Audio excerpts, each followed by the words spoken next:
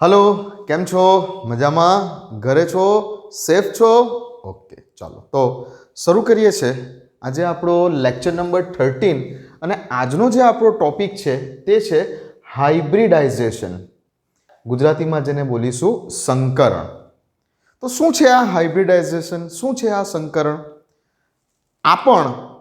આપણા સહસંયોજક બંધને સમજવા માટેની જ એક મેથડ છે સહસંયોજક બંને સમજવા માટે આપણે વેલેન્સ બોન્ડ થિયરી સમજ્યા હતા અને હવે સહસંયોજક બંધને જ સમજવા માટે આપણે આ હાઇબ્રિડાઇઝેશન સમજવાનું છે ઓકે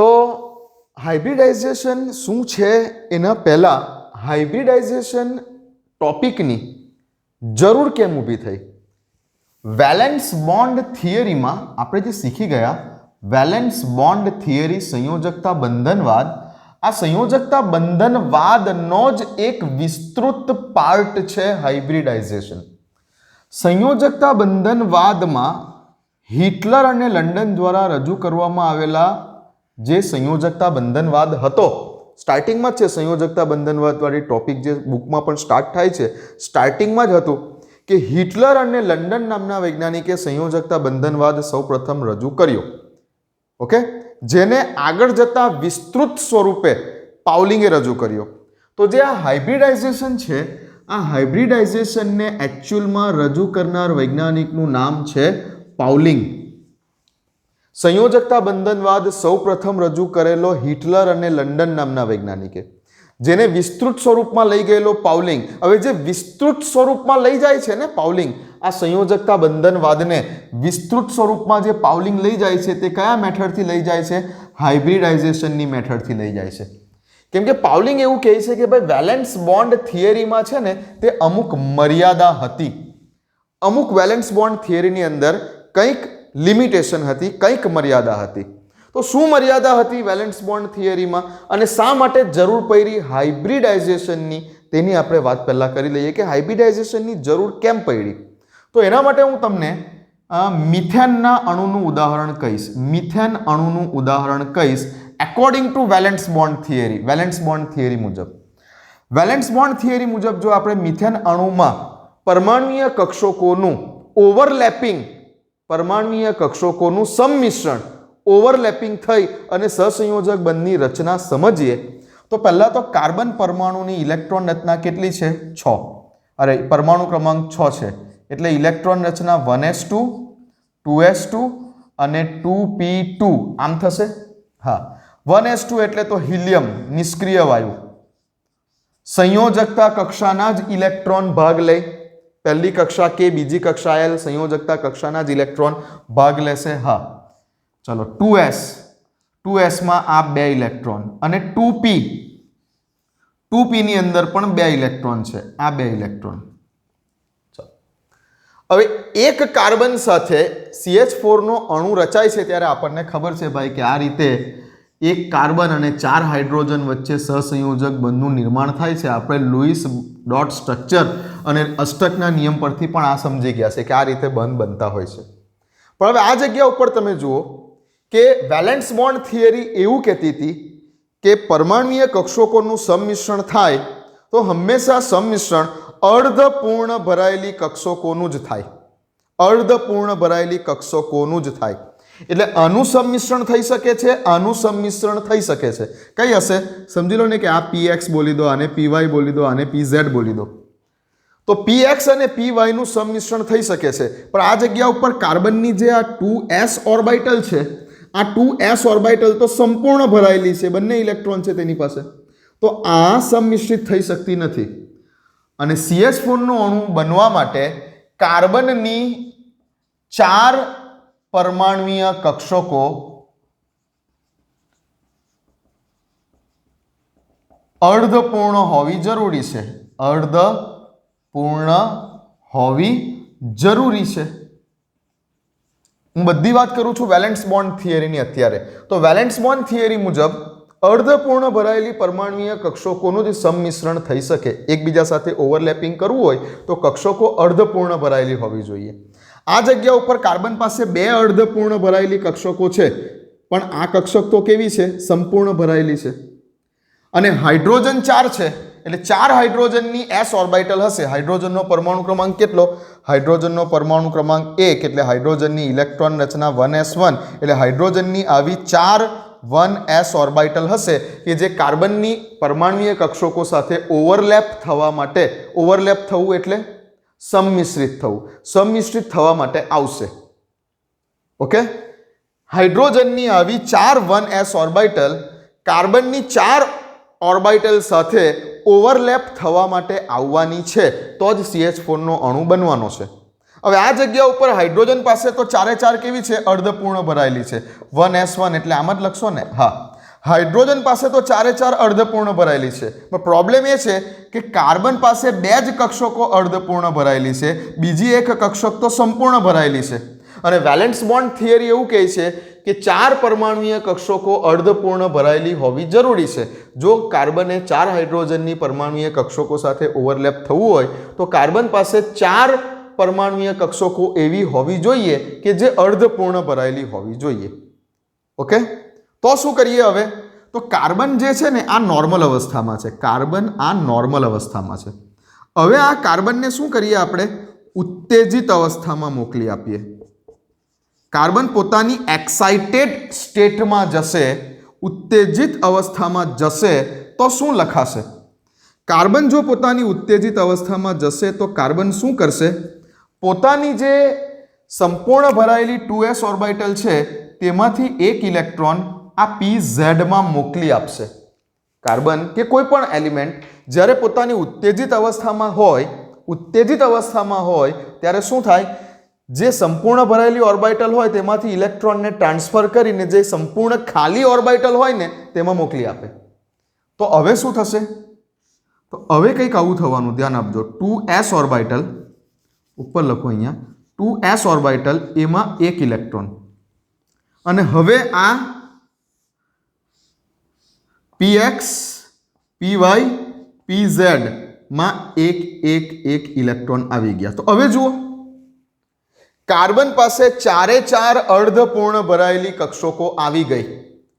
કક્ષકોનું સંમિશ્રણ થવા માટે જે શરત હતી વેલેન્સ બોન્ડ થિયરીની તે અહીંયા સેટિસ્ફાઈડ થઈ ગઈ. કાર્બન પાસે 4 ઓર્બિટલ અર્ધપૂર્ણ ભરાયેલી થઈ ગઈ. હવે શું કરશે? 4 હાઇડ્રોજન છે આપણી પાસે.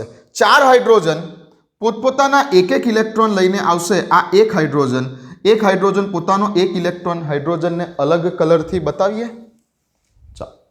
આ એક હાઇડ્રોજન પોતાનો એક ઇલેક્ટ્રોન લઈને આવશે અને આ કાર્બનની 2s ઓર્બિટલ સાથે ઓવરલેપિંગ થશે અને આ બની ગયો કાર્બન અને હાઇડ્રોજન વચ્ચેનો એક સહસંયોજક બંધ. કાર્બન અને હાઇડ્રોજન વચ્ચેનો આ પહેલો સહસંયોજક બંધ બન્યો એવું સમજો. આ એક સહસંયોજક બંધ બન્યો. તો આ સહસંયોજક બંધ કોની વચ્ચે બન્યો?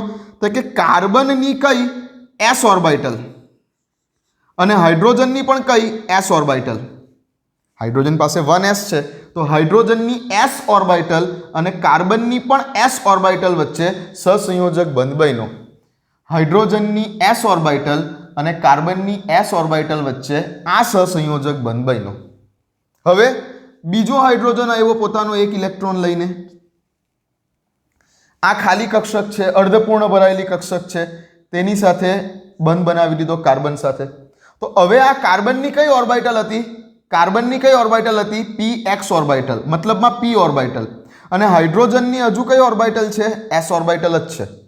કાર્બનની p ઓર્બિટલ અને હાઇડ્રોજનની s ઓર્બિટલ વચ્ચે આ બીજો સહસંયોજક બંધ બન્યો. એટલે હવે જે આ બીજો સહસંયોજક બંધ બન્યો તે કાર્બનની કઈ ઓર્બિટલ હતી? તો કે કાર્બનની p ઓર્બિટલ અને હાઇડ્રોજનની કઈ ઓર્બિટલ? s ઓર્બિટલ વચ્ચે બન્યો.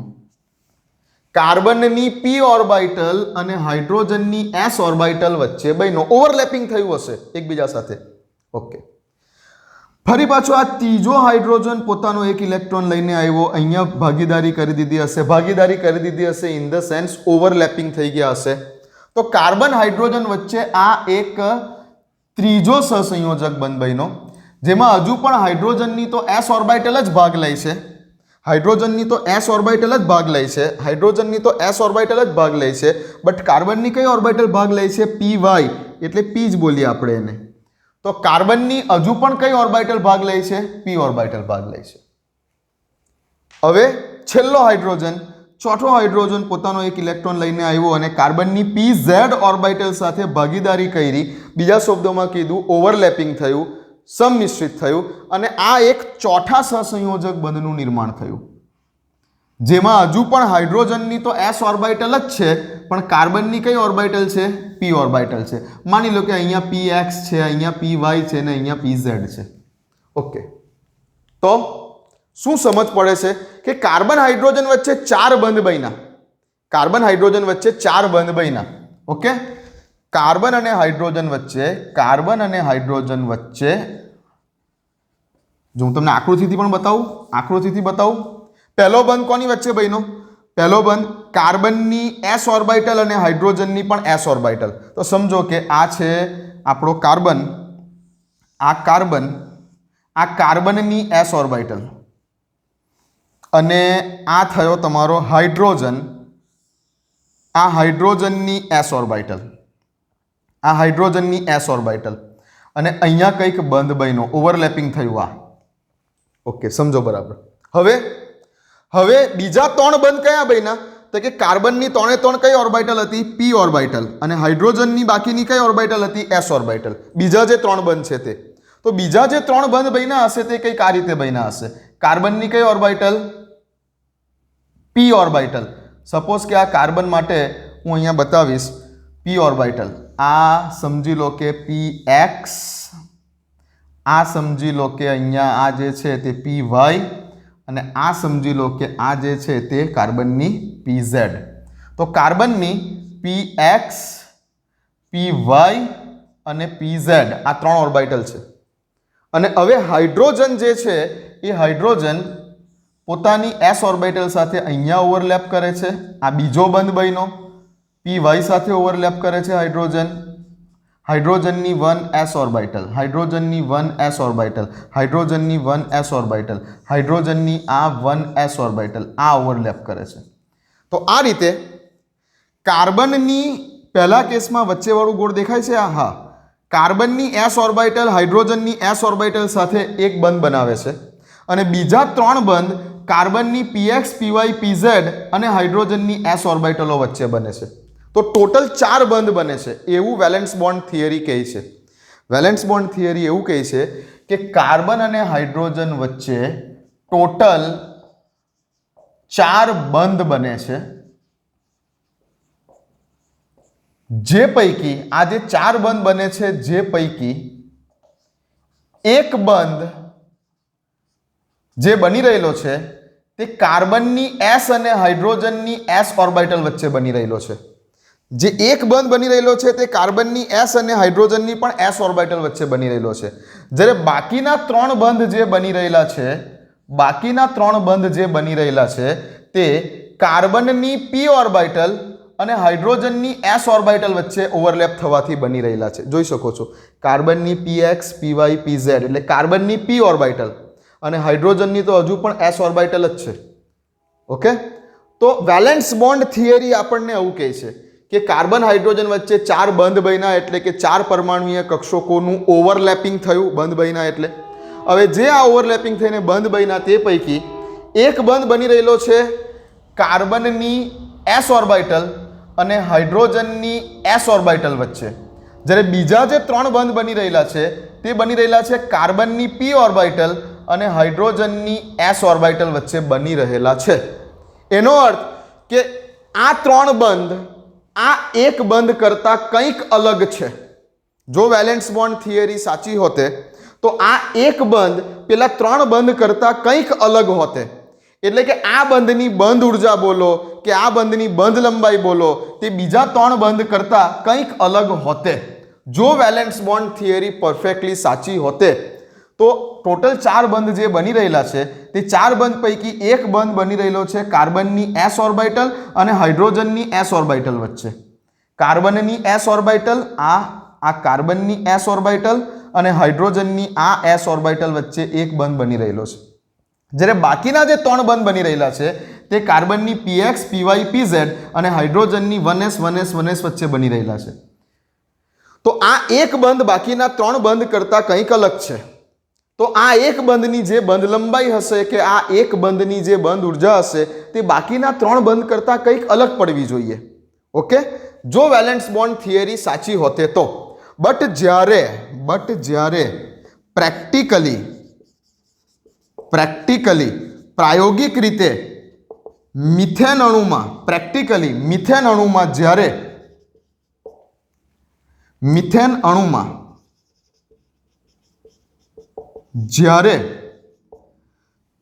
ચારેય બંધોની બંધ લંબાઈ અને બંધ ઉર્જા માપવામાં આવે છે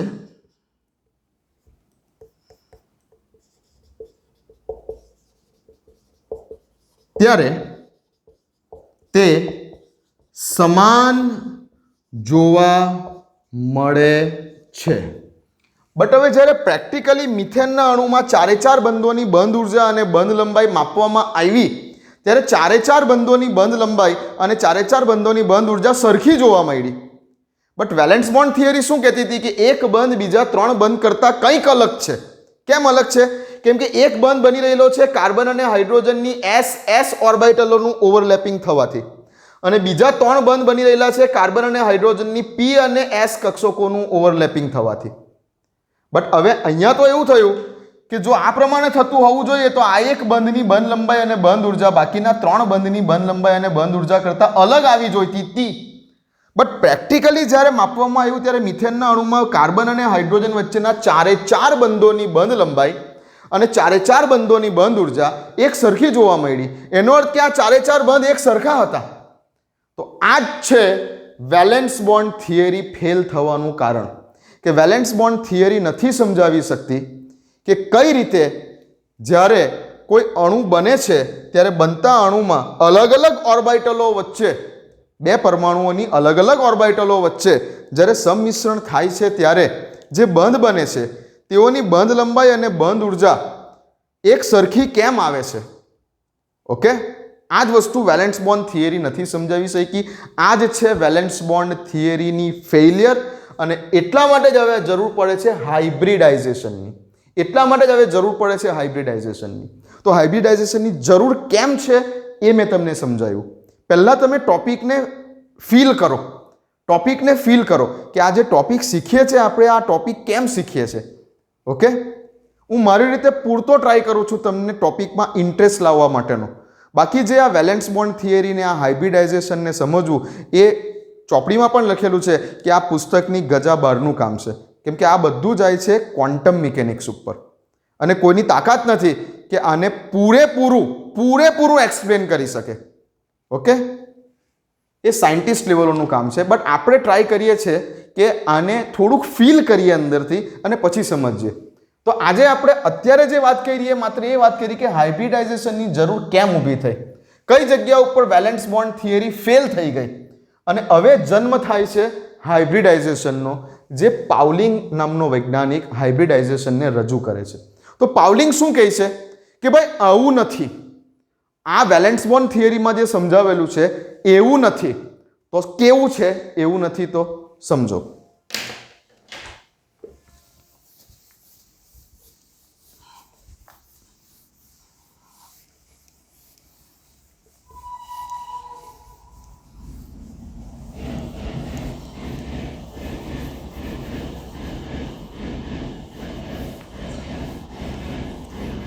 આજે માત્ર તમને હાઇબ્રિડાઇઝેશન વિશેની થોડીક આઈડિયા આપીશ અને હાઇબ્રિડાઇઝેશન થવા માટેની શરતો અને લાક્ષણિકતાઓ વિશે જણાવીશ. બાકી હાઇબ્રિડાઇઝેશનનો જે ટોપિક છે, સંકરણનો જે ટોપિક છે એ ડિટેલમાં ફરીથી ઉદાહરણ સહિત નેક્સ્ટ લેક્ચરમાં લઈશ. ઓકે, એટલે આપણે આ હાઇબ્રિડાઇઝેશનની ઉપર 2 લેક્ચર કાઢીશું, આજનો અને આવતી વખતનો. ચાલો ફરીથી આપણે મિથેન અણુનું જ ઉદાહરણ લઈએ. હવે પાઉલિંગ શું કહે છે તે ઉદાહરણ લેવું છે મારે. મિથેનના અણુનું જ ઉદાહરણ લઈને સમજાવવું છે. ચલો એક કાર્બન છે, કાર્બનની ઇલેક્ટ્રોન રચના છે 1s2 2s2 અને 2p2 1s2 2s2 2p2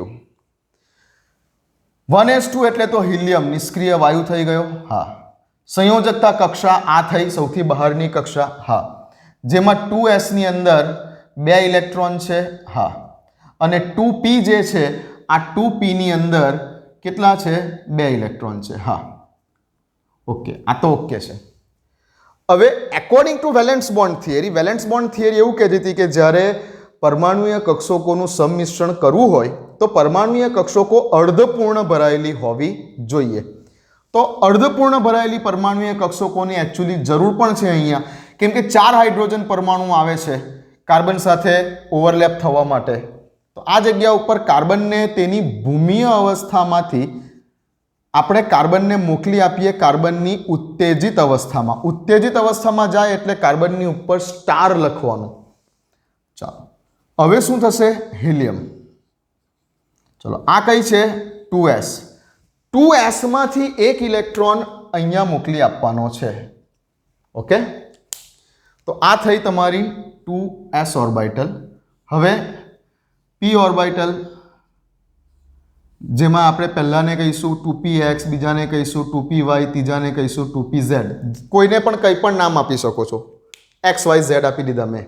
okay, હવે આ જગ્યા ઉપર કાર્બન પાસેથી અહીંયા એક ઇલેક્ટ્રોન બાકી રહ્યો, અહીંયા એક, અહીંયા એક, અને અહીંયાથી એક ઇલેક્ટ્રોન અહીંયા આવી ગયો, એટલે આ જગ્યા પર એક ઇલેક્ટ્રોન. આવું થશે, હા. અહીંયા સુધી તો વેલેન્સ બોન્ડ થિયરી સાચી. બટ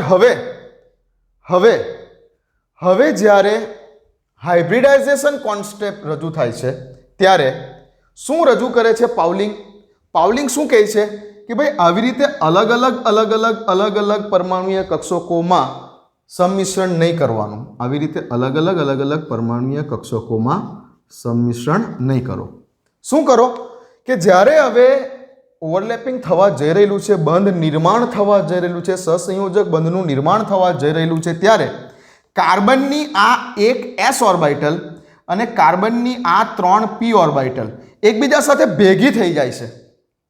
આ એક s ઓર્બિટલ અને આ 3 p ઓર્બિટલો એકબીજા સાથે ભેગી થઈ જાય છે અને એકબીજા સાથે ભેગી થઈને સંકર કક્ષકો બનાવે છે.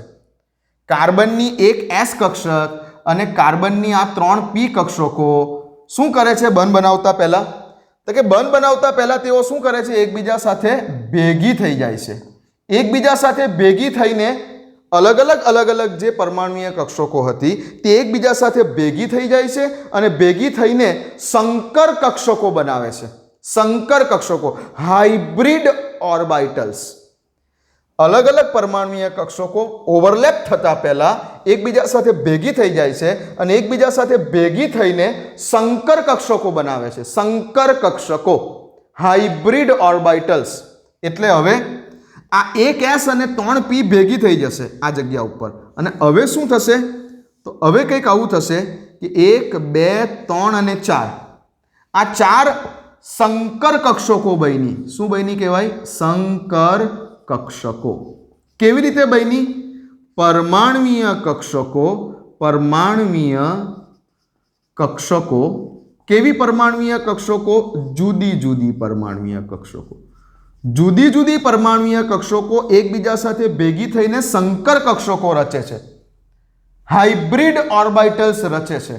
તો અહીંયા એક s અને 3 p ભેગી થઈને સંકર કક્ષકો બની. હવે સંકર કક્ષકો બની તો હવે એને શું નામ આપવાનું?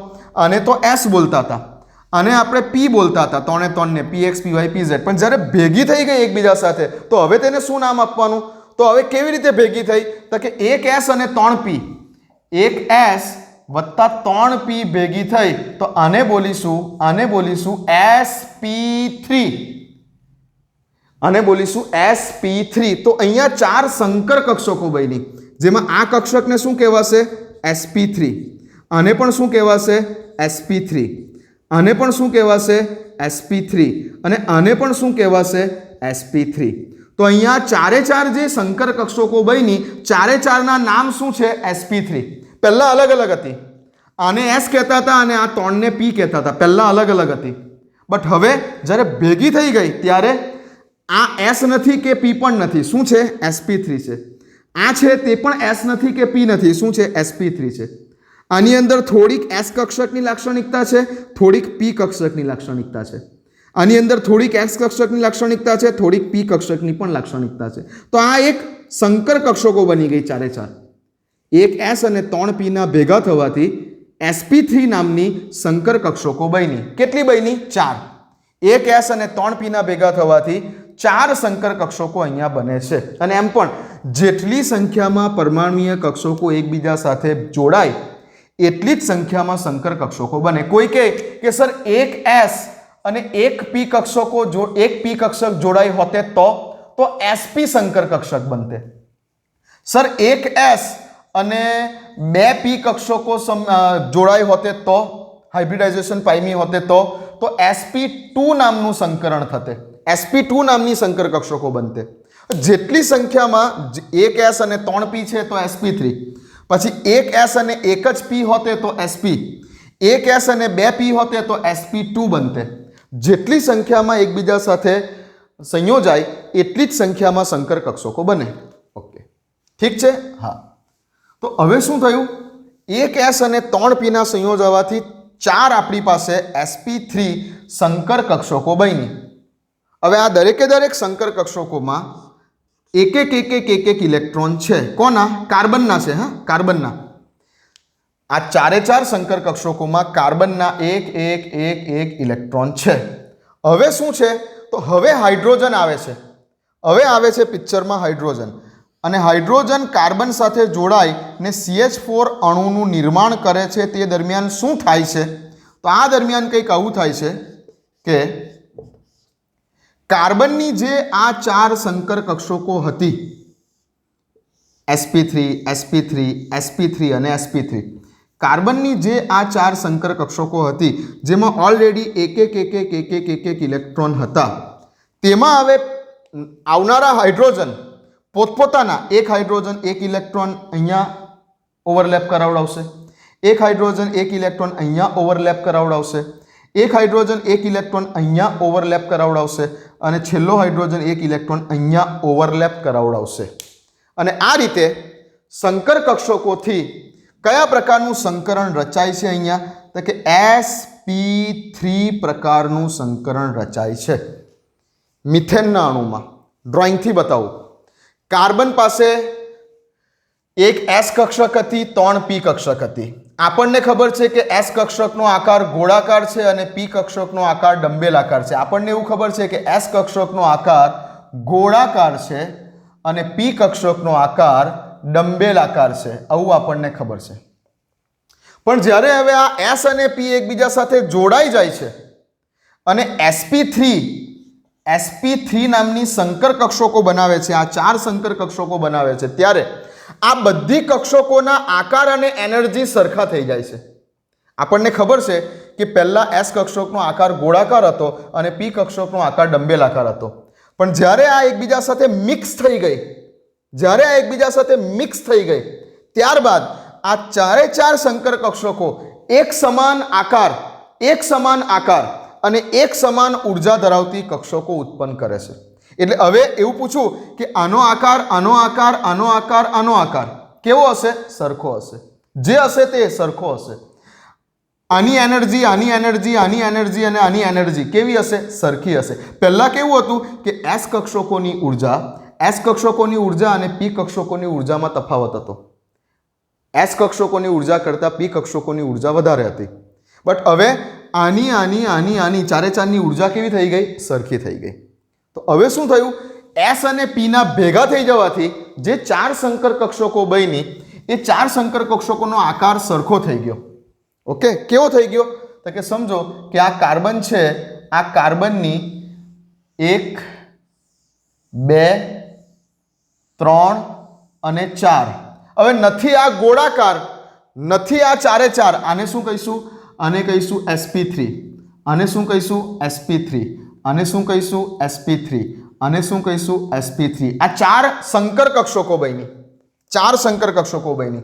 જે નથી કમ્પ્લીટલી ગોળાકાર કે નથી કમ્પ્લીટલી ડંબેલાકાર આ બેની વચ્ચેનો કંઈક આકાર જનમ્યો આ જગ્યા ઉપર ઓકે તો સમાન ઉર્જા અને સમાન આકાર ધરાવતી ચાર સંકર કક્ષકો આ રીતે ઉદ્ભવી હવે જે પેલા ચાર હાઇડ્રોજન આવી રહેલા છે આ ચાર હાઇડ્રોજન કાર્બન સાથે સહસંયોજક બંધ બનાવવા આવી રહેલા છે તે શું કરે છે હાઇડ્રોજનની તો હજુ આ કઈ ઓર્બિટલ છે 1s જો આ ઓવરલેપ થયું આ એક હાઇડ્રોજન એ રીતે આ બીજો હાઇડ્રોજન એની પણ કઈ 1s આ ઓવરલેપ કરી આ ત્રીજો હાઇડ્રોજન એની પણ કઈ છે આ 1s જે પણ ઓવરલેપ થઈ એટલે બંધ બની ગયો આ જગ્યા ઉપર પણ હાઇડ્રોજન તેની પણ કઈ છે આ 1s આ ઓવરલેપ થઈ એટલે બંધ બની ગયો ઓકે તો જુઓ આ રીતે કાર્બનની 4 sp3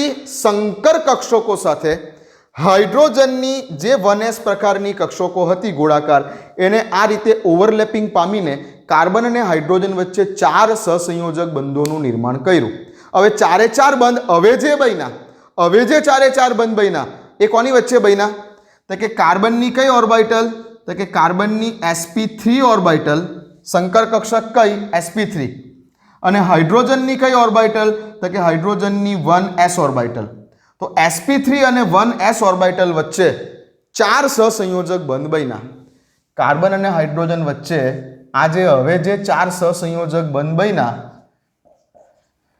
તેમાં કાર્બનની ચારે ચાર કઈ ઓર્બિટલ હતી તો કે કાર્બનની ચારે ચાર sp3 પ્રકારની સંકર કક્ષકો હતી અને હાઇડ્રોજનની કઈ હતી હાઇડ્રોજનની 1s હતી કાર્બનની ચારે ચાર sp3 સંકર કક્ષકો હતી અને હાઇડ્રોજનની 1s હતી તો આ રીતે મિથેન અણુમાં કાર્બનની ચાર સંકર કક્ષકો અને હાઇડ્રોજનની 1s પ્રકારની ચાર કક્ષકો વચ્ચે ઓવરલેપિંગ થયું અને સહસંયોજક બંધ બન્યા અને આ જ રીતે સંકર કક્ષકોના નિર્માણ દ્વારા જે સહસંયોજક બંધની રચના આપણે અણુમાં સમજાવીએ છીએ એ ટોપિકને કહેવાય છે સંકરણ થયું અહીંયા આ જગ્યા ઉપર હાઇબ્રિડાઇઝેશન થયું સમજ પડી અહીંયા ક્લિયર છે કંઈ પ્રોબ્લેમ હોય તો જણાવી શકો છો ટોપિક ઇન્ટરેસ્ટિંગ છે પણ જો ટોપિકમાં ઊંડા ઉતરો તો ઉપરથી સમજવા જાઓ બુકમાં આપેલું છે તે રીતે સંકરણની લાક્ષણિકતાઓ અને સંકરણની ખાસિયતો ગોખી નાખી અને ટોપિકને લખી લીધો તો એનો કોઈ મતલબ નથી ટોપિકને ફીલ કરો ટોપિકમાં ઇન્ટરેસ્ટ લો અને ટોપિકમાં ઊંડા ઉતરો તો ઇન્ટરેસ્ટિંગ ટોપિક છે બાકી ગોખણપટ્ટી કરવી હોય તો કોઈ કામ જ નથી ખૂબ અઘરો ટોપિક છે ગોખણપટ્ટી કરવી હોય તો ઇન્ટરેસ્ટથી સમજવા જાઓ ખૂબ ઇન્ટરેસ્ટિંગ ટોપિક છે ચાલો બતાવો મિથેન અણુમાં શું થયું તે બતાવો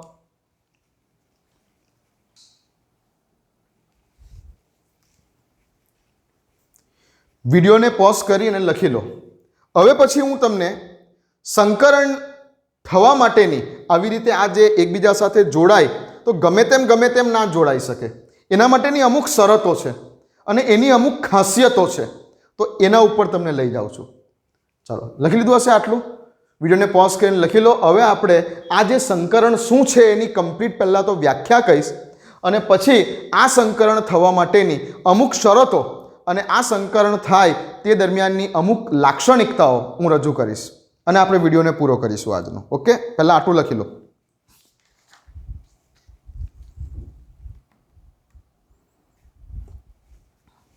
લખી લીધું હશે ચાલો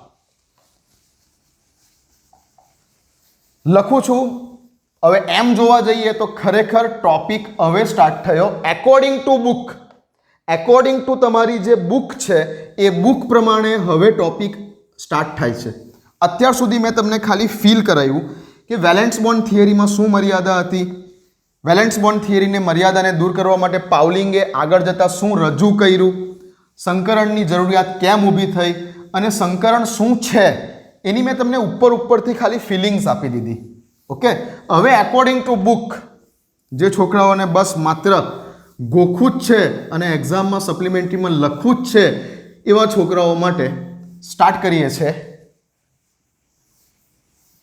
સંકરણની વ્યાખ્યા કહું તમને પહેલાં હવે, બાકી તમને ડાયરેક્ટ આ ટોપિકની શરૂઆતમાં તમને વ્યાખ્યા કહી દેતે તો શું ફરક પડતે, તમે ગોખી નાખતે એ વ્યાખ્યા.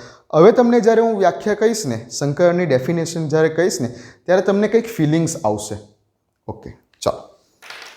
વ્યાખ્યા શું કહે છે સંકરણની? એકબીજા સાથે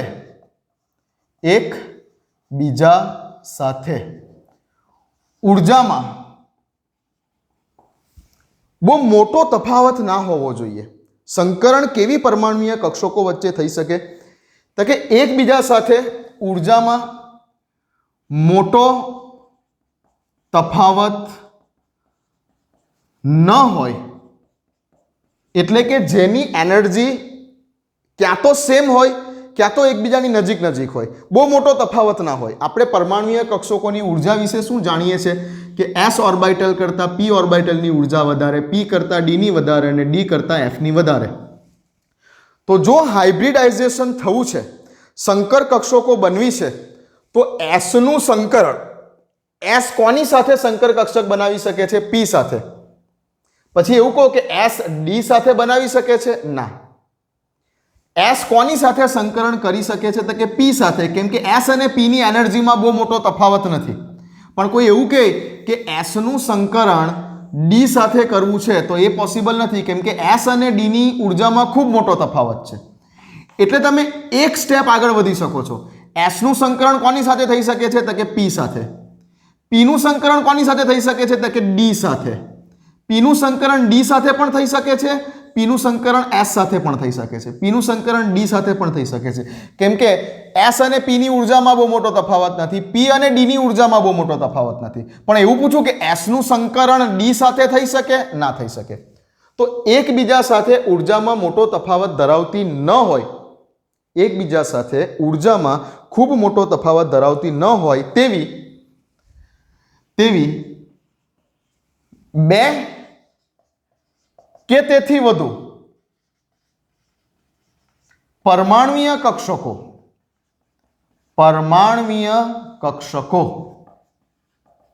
એકબીજા સાથે, મિથેનના અણુમાં તમે કઈ કઈ પરમાણુય કક્ષકો જોઈ? તો કે એક s હતી અને 3 p હતી. ટોટલ કેટલી કક્ષકો બની? 4. તો 2 કે 2 કરતા વધારે, મિનિમમ 2 કે 2 કરતા વધારે ગમે એટલી એકબીજા સાથે સંમિશ્રિત થઈને, ભેગી થઈને, એકબીજા સાથે સંમિશ્રિત થઈને સમાન ઉર્જા અને સમાન આકાર ધરાવતી સંકર કક્ષકો રચે છે, જેને સંકરણ કહે છે. સંકરણની વ્યાખ્યા: એકબીજા સાથે ઉર્જામાં મોટો તફાવત ધરાવતી ન હોય તેવી 2 કે તેથી વધારે પરમાણુય કક્ષકો એકબીજા સાથે ભેગી થઈ જાય છે અને ત્યારબાદ હવે સમાન ઉર્જા અને સમાન આકાર ધરાવતી સંકર કક્ષકો નિપજે છે. મિથેનના અણુમાં એક s કક્ષક કે s કરતાં p ની ઉર્જા વધારે હતી, s કરતાં p ની ઉર્જા વધારે હતી તેવી એક s કક્ષક અને 3 p કક્ષકો એકબીજા સાથે ભેગી થાય છે, સંમિશ્રિત થાય છે અને sp3 નામની 4 સંકર કક્ષકો બનાવે છે. એક s અને 3 p ના ભેગા થવાથી sp3 નામની 4 સંકર કક્ષકો બને છે. હવે જેટલી સંખ્યામાં પરમાણુય કક્ષકો સંમિશ્રિત થાય ને એટલી જ સંખ્યામાં સંકર કક્ષકો બને. અહીંયા તમે જુઓ કે એક s અને 3 p એકબીજા સાથે સંમિશ્રિત થયેલી, તો 3 + 1 4, તો 4 સંકર કક્ષકો બની sp3 નામની. હવે જે આ sp3 નામની સંકર કક્ષકો બની એ 4 ની ઉર્જા કેવી છે? તો કે સમાન ઉર્જા છે. હવે તમે આમ નથી કહી શકતા કે આની ઉર્જા આના કરતા, આ 4 ની ઉર્જા સમાન છે. આ 4 નો જે આકાર છે તે પણ સમાન છે. તો સમાન આકાર અને સમાન ઉર્જા ધરાવતી સંકર કક્ષકો બને છે, જેને આપણે સંકરણ કહીએ છીએ આ ઘટનાને. તો ફરીથી, એકબીજા સાથે ઉર્જામાં ખૂબ મોટો તફાવત ન ધરાવતી હોય તેવી 2 કે 2 કરતાં વધારે પરમાણુય કક્ષકો એકબીજા સાથે સંમિશ્રિત થઈ જાય છે અને સંમિશ્રિત થઈને સમાન ઉર્જા અને સમાન આકાર ધરાવતી સંકર કક્ષકો રચે છે, જેને સંકરણ કહે છે. આ થઈ સંકરણની વ્યાખ્યા. ક્લિયર છે? ફિલિંગ આવે છે? ફીલ કરી શકો છો? ઓકે, ચાલો. ભાઈ એક વસ્તુ જોયું છે યાર, તમે વિડીયો જુઓ છો, હોમવર્ક મોકલો છો, ઓકે, બધી વાત બરાબર, પણ જે તમને ફીલ થઈ રહેલું છે કે જે તમે ફીલ કરી રહેલા છો તેને એટલીસ્ટ વિડીયોના કોમેન્ટમાં લખો, તો મને પણ કંઈક આઈડિયા આવશે કે મારા છોકરાઓ જે છે મારા વિડીયોની કોમેન્ટમાં કંઈ પણ સમજ પડી છે તો હા સર ખૂબ સરસ સમજ પડી ગઈ છે, આજે બહુ મજા આવી ગઈ, અથવા કોઈ વખત મજા ન પણ આવે, કોઈ વખત બધા દિવસ સરખા ના હોય, કોઈ દિવસ મજા ન પણ ના આવે, તો લખો ને કોમેન્ટની અંદર, કોમેન્ટ કરો કંઈ પણ કે સર મજા આવી છે આજે, કે સર આજે મજા નથી આવી, આજે બોરિંગ લાગ્યું છે, સારી ખરાબ કંઈ પણ કોમેન્ટ કરો. ઓકે, કોમેન્ટ તમે કરી શકો છો વિડીયોની અંદર. નીચે તમે જ્યારે વિડીયો જુઓ ત્યારે નીચે કોમેન્ટનું ઓપ્શન આવે, તેમાં કરો કોમેન્ટ. હું જોઉં છું મારા કોલેજના જે વિદ્યાર્થીઓ છે, એ પણ તમારી એજના જ છે, એટલીસ્ટ 10મા પછી જ આવેલા છે ડિપ્લોમાની અંદર પણ. તો એ લોકો જ્યારે પણ વિડીયો જુએ છે મારા, ત્યારે નીચે કંઈ ને કંઈ થોડીક મને પણ પ્રેરણા મળે. હું એવું નથી કહેતો કે સારું સારું જ લખો, કોઈ વખત સમજ ના પડી હોય તો ખરાબ પણ લખો, પણ લખો કંઈ ને કંઈ, તો મજા આવશે. મને પણ તમારી કોમેન્ટો જ્યારે હું વાંચીશ ત્યારે મને પણ મજા આવશે કે મારા છોકરાએ મારા આ વિડીયો લેક્ચર વિશે આવું કીધું, મને પણ કંઈક મજા આવે ભણાવવાની પછી. ઠીક ને? તો કંઈ પણ લખો, થોડોક હું પણ કંઈક એન્કરેજ થઈશ. હા, કંઈ પણ લખજો કોમેન્ટની અંદર જો બની શકે તો. વિડીયોને લાઇક કરજો, ના ગમે તો ડિસલાઇક પણ કરવાનું. વિડીયો કોઈ વખત ના ગમે, કઈ વખત સમજ ના પડી તો ડિસલાઇક પણ કરવાનું. ગમે તો લાઇકનું બટન દબાવવાનું, ના ગમે તો ડિસલાઇકનું બટન દબાવવાનું. સમજ પડી હોય તો લખો કંઈ પણ, તો થોડીક મને પણ એનર્જી આવશે. ઠીક? ચાલો, લખી દીધું આટલું? સંકરણની વ્યાખ્યા લખી દીધી? હા. હવે આપણે જઈશું સંકરણ થવા માટેની શરતો ઉપર, જે એકચ્યુઅલી બુકમાં છે જ. તમે બુકમાં જોશો, હું તમને કહું છું બુકમાં કયા પેજ નંબર ઉપર છે તે. તેમ છતાં હું પણ લખી આપું છું તમને.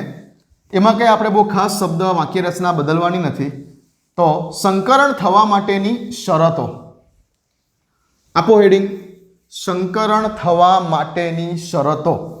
અમુક શરતોનું પાલન થવું જોઈએ સંકરણ થવા માટે. તો સંકરણ થવા માટેની શરતો. શરત નંબર 1 હું લખી દઉં છું, તમે વિડીયોને પોઝ કરીને પછી લખી દેજો. ઓકે, ચાલો.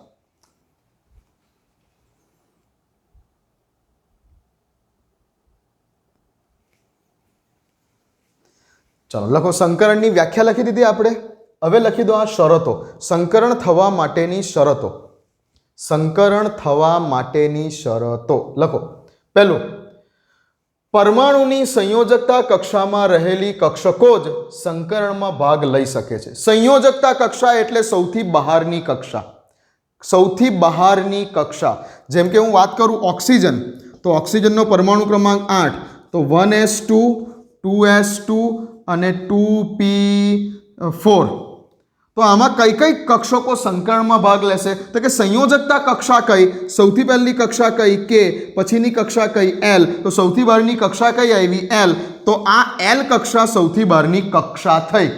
તો હવે જ્યારે ઓક્સિજને સંકરણમાં ભાગ લેવો છે, ઓક્સિજન પરમાણુ કોઈ અણુ બનાવી રહેલો છે, ત્યારે ઓક્સિજનમાં રહેલી સંયોજકતા કક્ષા, સૌથી બહારની કક્ષામાં આવેલી કક્ષકો, એટલે આ S અને આ P સંકરણમાં ભાગ લઈ શકે છે. કોઈ પૂછે કે આ 1s કક્ષક સંકરણમાં ભાગ લઈ શકે એમ છે? ના. જે સૌથી બહારની કક્ષા છે, સૌથી બહારની કક્ષા, કક્ષા K, કક્ષા L, સૌથી બહારની કક્ષા છે, તેમાં જ આવેલી કક્ષકો સંકરણમાં ભાગ લઈ શકે છે. હું તમને એવું પૂછું કે ફ્લોરિન, તો ફ્લોરિનનો પરમાણુ ક્રમાંક 9, ઇલેક્ટ્રોન રચના 1s2 2s, અથવા ક્લોરિન લઈ લો. ક્લોરિનનો પરમાણુ ક્રમાંક 17, 1s2 2s2 2p6 3s2 અને 3p5. પહેલી કક્ષા K, બીજી કક્ષા આ થઈ ગઈ L અને ત્રીજી કક્ષા થઈ ગઈ M. તો સૌથી બહારની કક્ષા કઈ થઈ?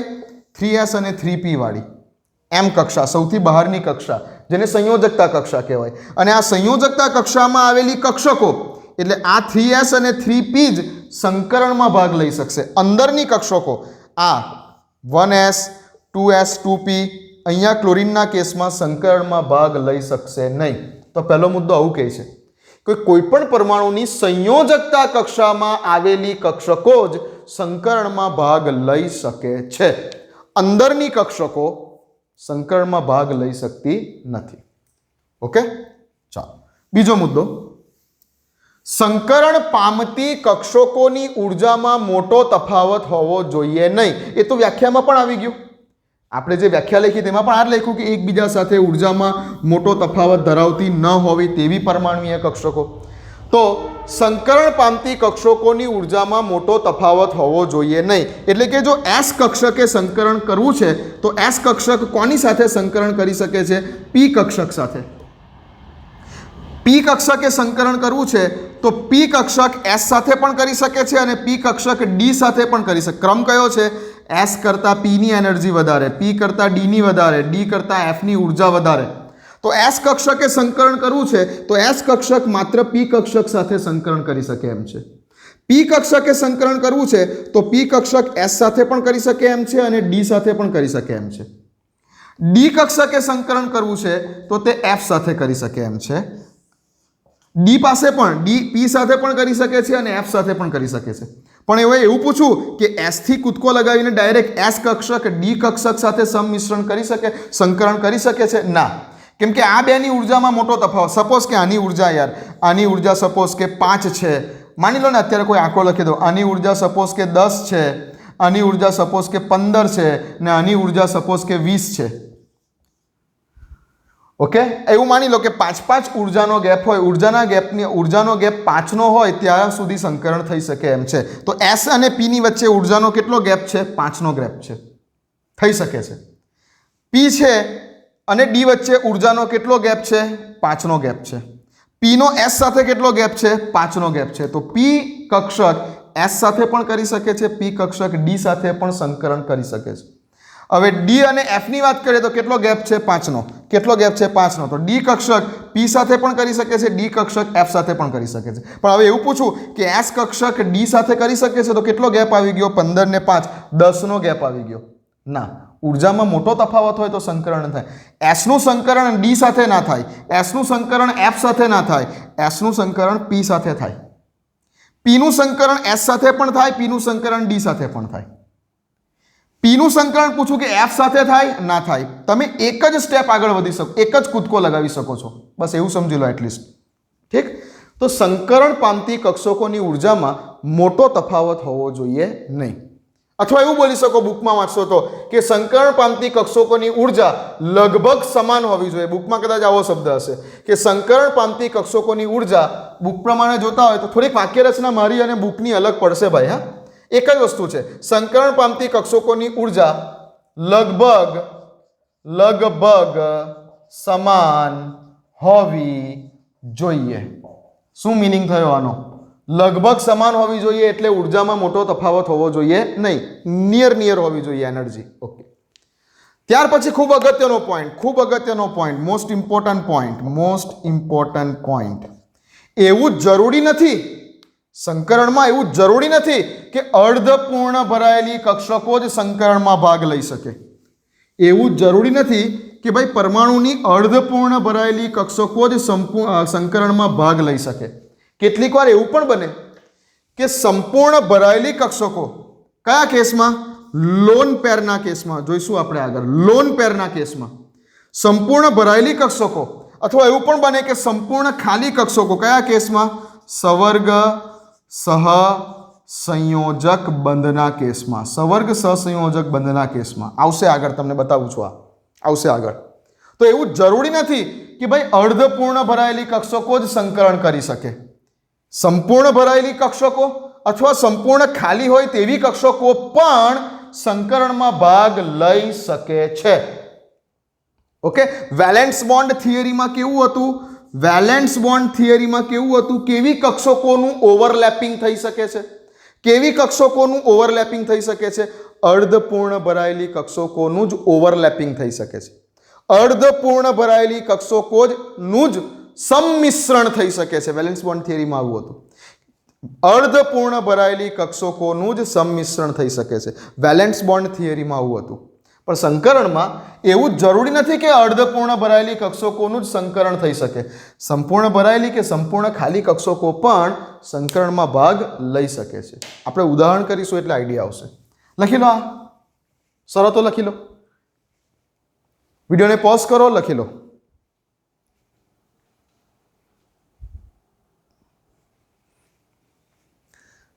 ચાલો આગળ છે કે ભાઈ સંકરણ થાય તો સંકરણ થાય ત્યારબાદ લાક્ષણિકતાઓ શું હશે, સંકરણની લાક્ષણિકતાઓ શું તે જણાવો. આગળ લખ્યું તે સંકરણની શરતો હતી, સંકરણ થવા માટેની શરતો હતી. હવે એ છે કે સંકરણ થઈ ગયું ત્યારબાદ લાક્ષણિકતાઓ જણાવો કે હવે સંકરણ થયું તો પછી એમાં કઈ કઈ ખાસિયતો જોવા મળી. તો નંબર 1, સંકરણ અનુભવતી પરમાણ્વીય કક્ષકોની સંખ્યા. તમે મિથેનવાળું ઉદાહરણ યાદ રાખો કે મિથેનવાળા ઉદાહરણમાં કઈ કઈ પરમાણ્વીય કક્ષકો એકબીજા સાથે સંકરણ અનુભવ્યું હતું? તો કે 1s કાર્બન પરમાણુની 1s અને 3p પરમાણ્વીય કક્ષકો હતી જે એકબીજા સાથે સંયોજાતી હતી, સંમિશ્રિત થતી હતી, અને sp3 નામની 4 સંકર કક્ષકો બનાવેલી.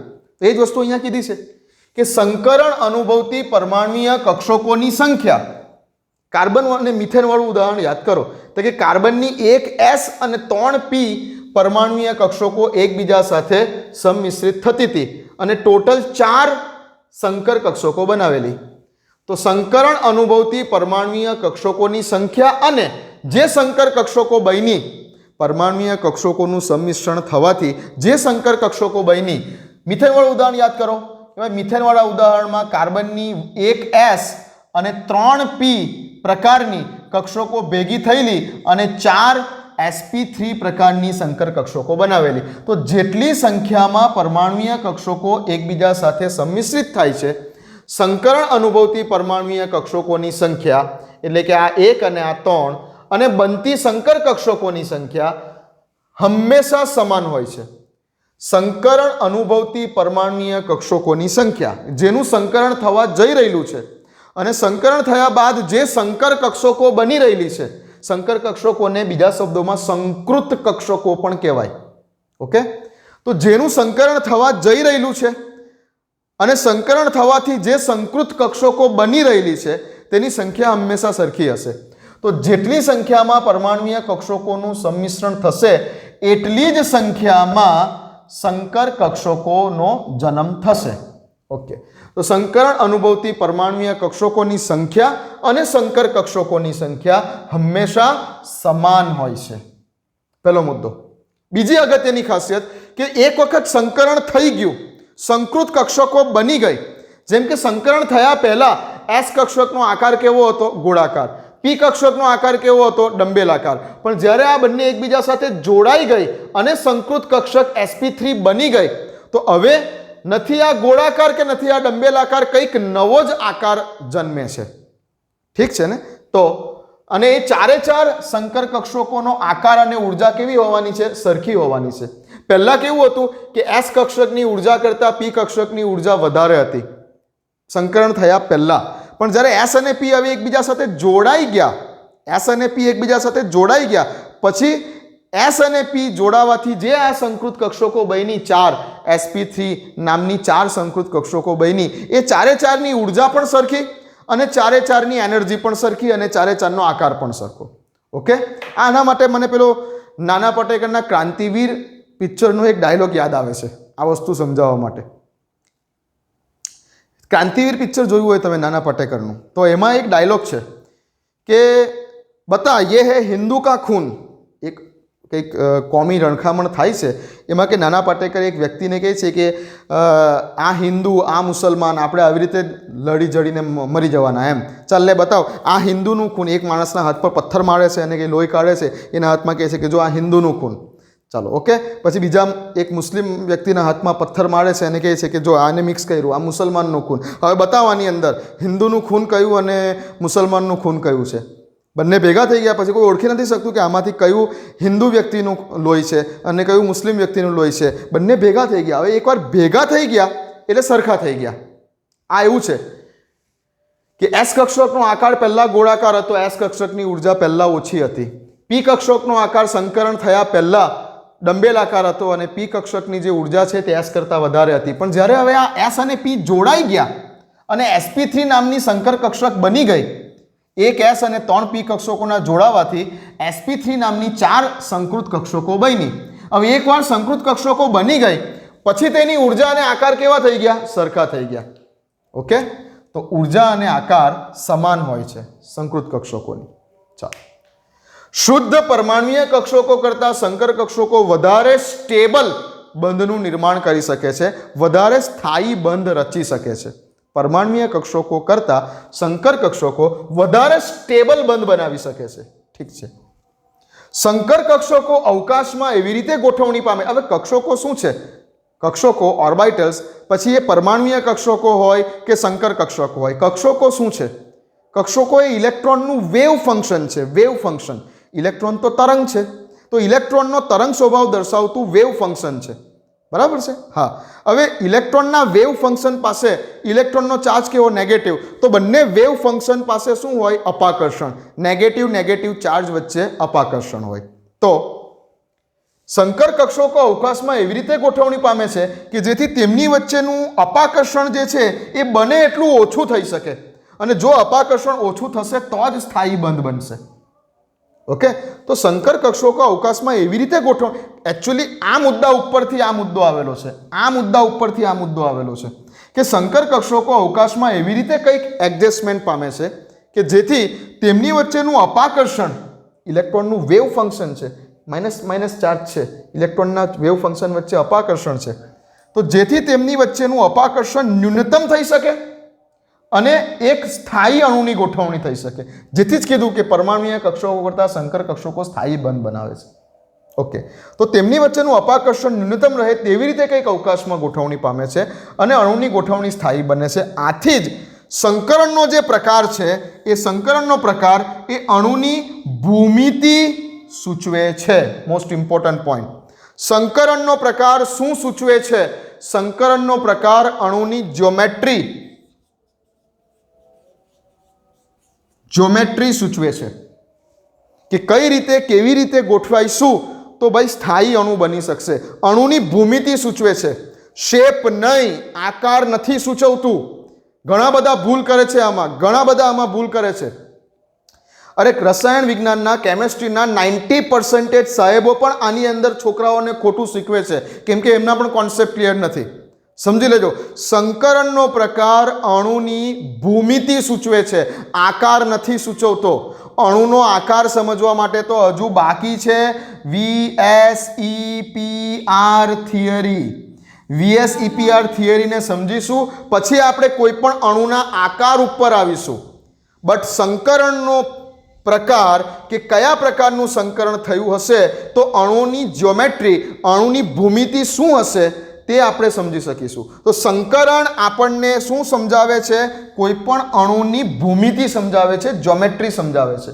જેમ કે જો દેખાય છે ને, જો SP પ્રકારનું સંકરણ થતું હશે તો તેવા અણુની જે ભૂમિતિ છે તે રેખીય હશે. આકાર રેખીય હશે એવું ના બોલો. શું બોલો? જ્યોમેટ્રી રેખીય હશે. જો sp2 પ્રકારનું સંકરણ થતું હશે, જો sp2 પ્રકારનું સંકરણ થતું હશે તો તેવા અણુની જે ભૂમિતિ છે, તેવા અણુની જે ભૂમિતિ છે તે સમતલીય હશે.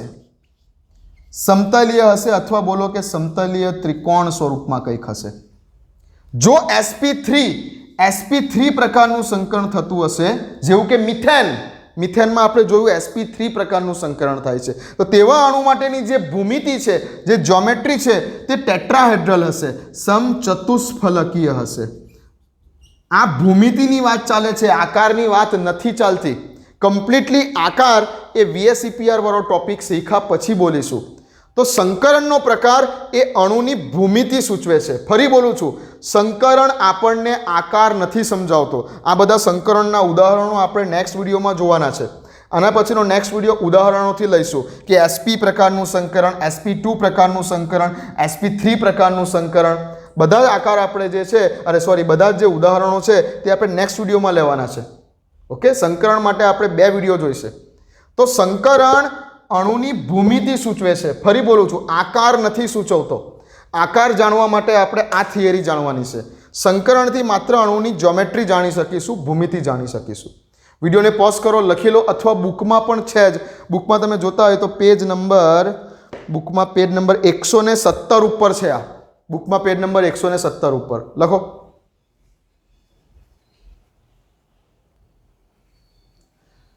ચલો લખાઈ ગયું હશે.